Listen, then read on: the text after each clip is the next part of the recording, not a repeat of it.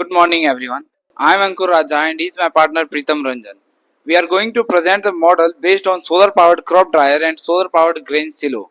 The main purpose of our model is to solve the common problem faced by farmer, the loss of grain due to improper drying and storage system. We are using solar panel in this model which provide renewable energy and it is easily available at everywhere. अब मैं आपको समझाता हूँ कि हमारा model किस problem का किस तरीके से सॉल्यूशन दे रहा है। किसानों के द्वारा मेनली दो प्रॉब्लम फेस किया जाता है।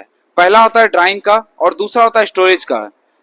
ड्राइंग में ये प्रॉब्लम होता है कि उन्हें नॉर्मली सूरज की रोशनी से अपने फसल को सुखाना पड़ता है, जो कि सही तरीका है, लेकिन अगर मौसम खराब हो तो फिर उनका ड्राइंग पोस्टपोन्ड हो जाता है और इस कारण से क्रॉप में मॉइस्चर रह जाता है, जिससे कि आगे फसल खराब होने का डर रहता है।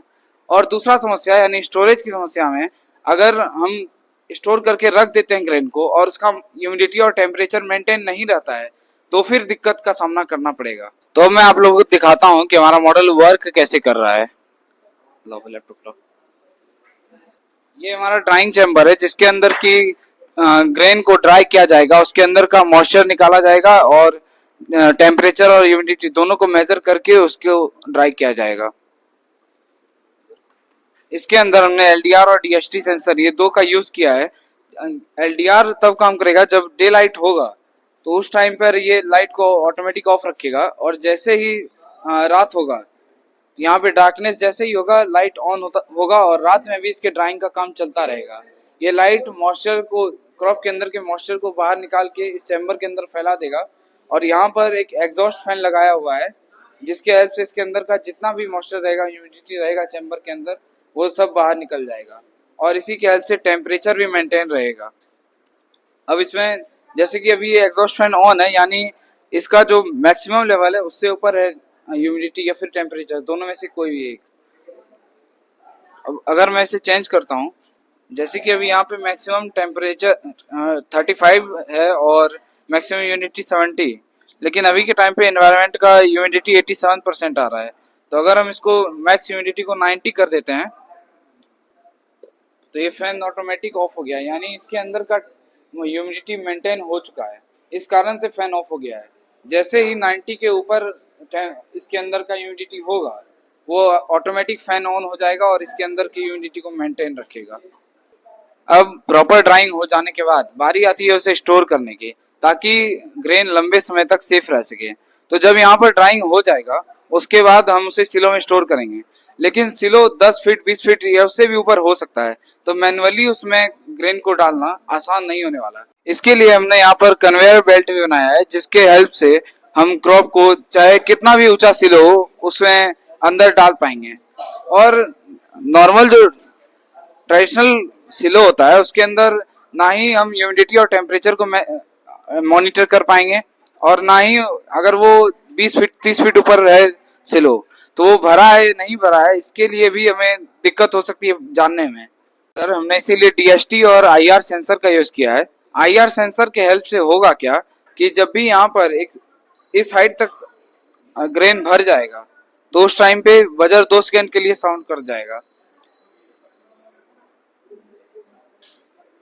जैसे यहाँ तक क्रॉप आ गया, इसके अंदर का ग्रेन आ गया है, तो बजर 2 सेकंड के लिए आवाज करेगा जिससे कि हमें पता चल जाए कि हाँ क्रॉप पूरा फुल हो चुका है। और इसके अंदर हमने डीएसटी भी यहाँ पर लगाया हुआ है, डीएसटी 11, तो जो कि इसके अंदर का ह्यूमिडिटी और टेम्परेचर को मॉनिटर करेगा। ह्यूमिडिटी और टेम्परेचर अगर हम इसका पता रहेगा तो हमें इसे लंबे समय तक सही से स्टोर करने में आसानी होगी। डीएसटी 11 जब भी ह्यूमिडिटी या टेम्परेचर को मैक्सिमम सेंस करेगा तो उसके बाद ये सिग्नल भेजेगा आर्डिनो में और आर्डिनो से सिग्नल आएगा फैन के पास, जो कि एक सर्टेन लेवल के बाद ऑन हो जाएगा। अगर ह्यूमिडिटी या टेम्परेचर दोनों में से कुछ भी सिलो के अंदर का राइज कर रहा है तो फैन ऑटोमेटिक ऑन होकर उसे कंट्रोल कर लेगा। जैसे कि अभी ह्यूमिडिटी 83 है और मैक्स ह्यूमिडिटी हमने 90% रखा है, इस कारण से फैन अभी ऑफ है। लेकिन अगर हम इस ह्यूमिडिटी को घटा दें, मैक्स ह्यूमिडिटी को लाइक हम इसे 70 पर सेट कर देते हैं और अभी इसके अंदर का ह्यूमिडिटी 83 है, तो जैसे ही ये मैक्स ह्यूमिडिटी 70 पर सेट हुआ है और हमें यहाँ दिख रहा है कि 83 है, इस कारण से फैन ऑन हो गया है ताकि इसके अंदर का ह्यूमिडिटी मेंटेन रहे। यही सेम चीज टेम्परेचर के साथ भी होगी, और इस तरह से सिलो के अंदर का जो भी ग्रेन होगा वो सही से लंबे समय तक स्टोर रह पाएगा, क्योंकि इसके अंदर का टेम्परेचर और ह्यूमिडिटी दोनों एक सर्टेन लेवल के ऊपर ये नहीं जा रहा है। मैं आपको इस मॉडल का पीपीटी भी दिखाता हूँ, जिसके अंदर हमने सही से सब कुछ एक्सप्लेन किया है कि कैसे क्या वर्क कर रहा है और उसका क्या बेनिफिट होगा।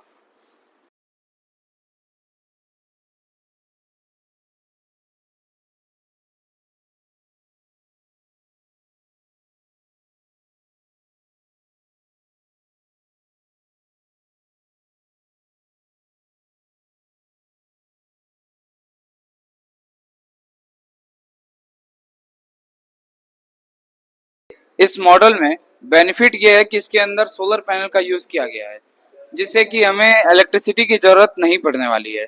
और सोलर पैनल हर जगह पर अवेलेबल हो सकता है, चाहे वो किसी भी टीयर का गांव हो।